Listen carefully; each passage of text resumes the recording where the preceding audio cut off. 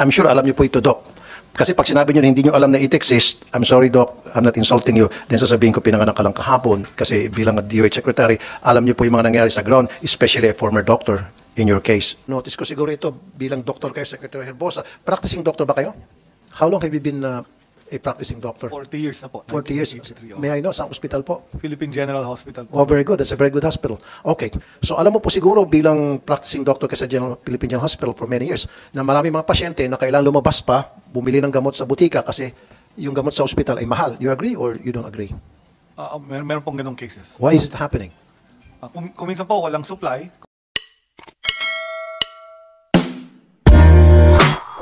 Like I said, kung gusto nyo po, sa December pa lang, meron na po mga booking, airfare, meron pong mga booking sa mga hotel, sa mga doctors, by the thousands and thousands, di ba, na ginagastos, hundreds of thousands, even dolyar pa po.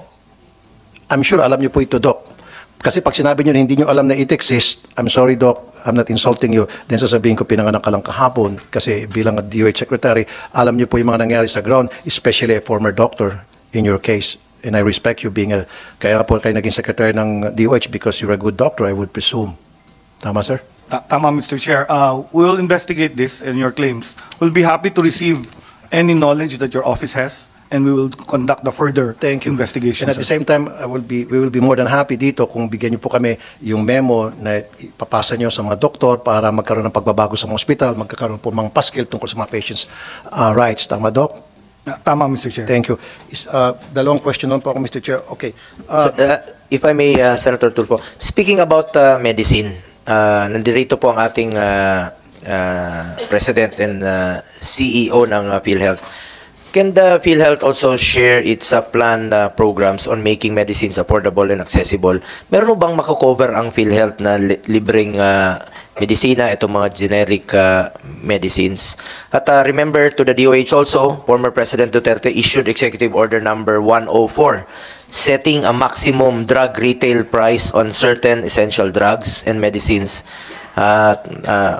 Ito po'y nag-set, di ba, more than 100 medicines po ito na nilagyan po ng maximum retail drug price. What is the status of the implementation of the MDRP? Sa DOH po ito, pero unang-una, pakisagot lang po muna sa mga libreng gamot mula sa PhilHealth. Meron ho ba?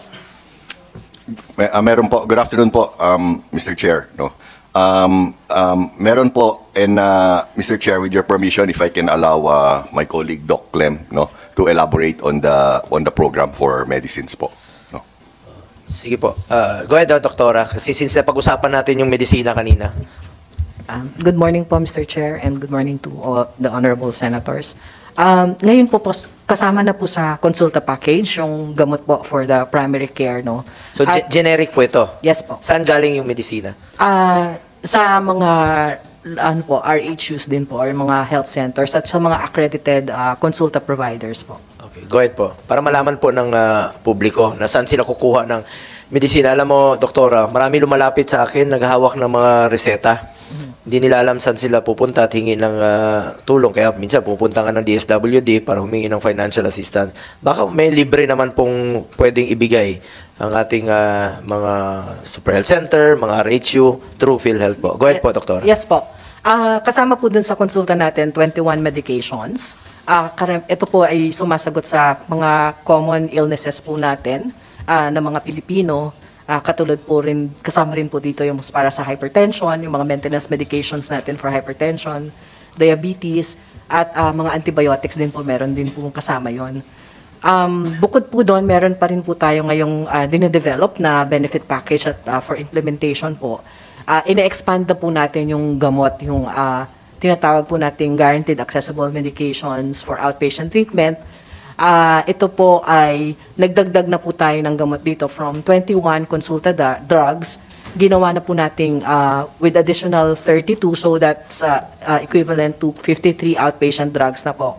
So mas marami na pong gamot po ang ma-avail ng mga members with the new benefit package when we implement it.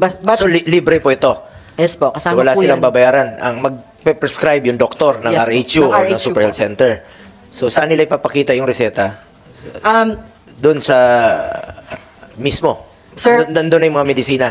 sa ngayon po, yung RHU na po ang mag-identify kung saan nila kukunin yung mga gamot po na yon. So may pharmacy doon sa loob ng RHU? Yes po. It could be, sir, the pharmacy, yung mga butika ng bayan, or it could also be, they can also contract, sir, public or private Ito yung merong mga RHUs, konsulta program. pharmacies. Opo. How about wala silang konsulta program?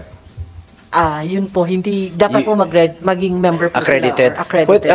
Sir Manny Ledesma, pwede nyo bang matulungan, aside from Super Health Center, RHU, pwede nyo bang mapakalat itong konsulta program ninyo at maintindihan ng LGUs, ng Municipal Health Officer, saan sila pwedeng mag-apply ng inyong konsulta program para alam ng publiko, ng mga kababayan natin, na nandyan yung sign, konsulta program. Punta sila ng Super Health Center, accredited ng konsulta ng PhilHealth, para magpakonsulta sila at ma-avail nila yung mga medisina. Actually, thank you for your question, Senator Bongo. No? Ever since I joined PhilHealth, sir, actually this is one of the things we've been trying to do, no? Because it's a very good program, but it still has a lot of shortcomings, no? And one of them nga is the slow registration, no? So we are working very hard at PhilHealth to try to increase the number of registrants, no? With various different methods, no? Marketing, with information dissemination and all that, no? In fact, before the Easter holidays, si Honorable Speaker Martin Romualdez and Congressman Tulfo, no, yung brother ni Sen Tulfo, offered their assistance to us kasi sabi nga nila, ang ganda po ng konsulta program pero hindi umaabot lalo na sa mga dulong-dulo. So they've offered actually si Kong Erwin So naniniwala ka ba, sir, na itong tinatayo ng DOH na mga Super Health Center ay makakatulong na mas mailapit pa natin yung serbisyo ng konsulta program?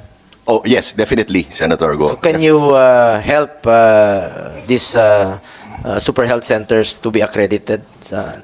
Definitely, Senator. Any way we can help, any way we can assist, no?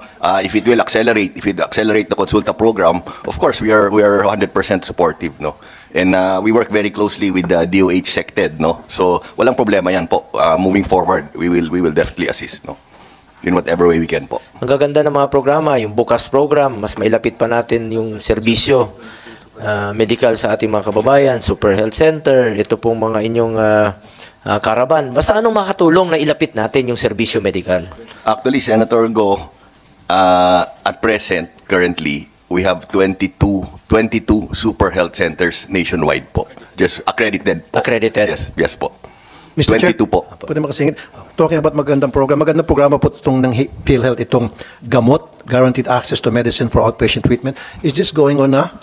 Itong 9,000 pesos na essential outpatient medications to members? Ongoing na yan po, Senator Tulfo and Mr. Chair. And actually, we can furnish you, kasi as Doc Lem mentioned earlier, the list has gone up to 53 total medicines. No, we can furnish you a list of that. So itong 9,000 for outpatient lamang, how about yung mga inpatients? Mas lalong kailangan to ng yung mga inpatients.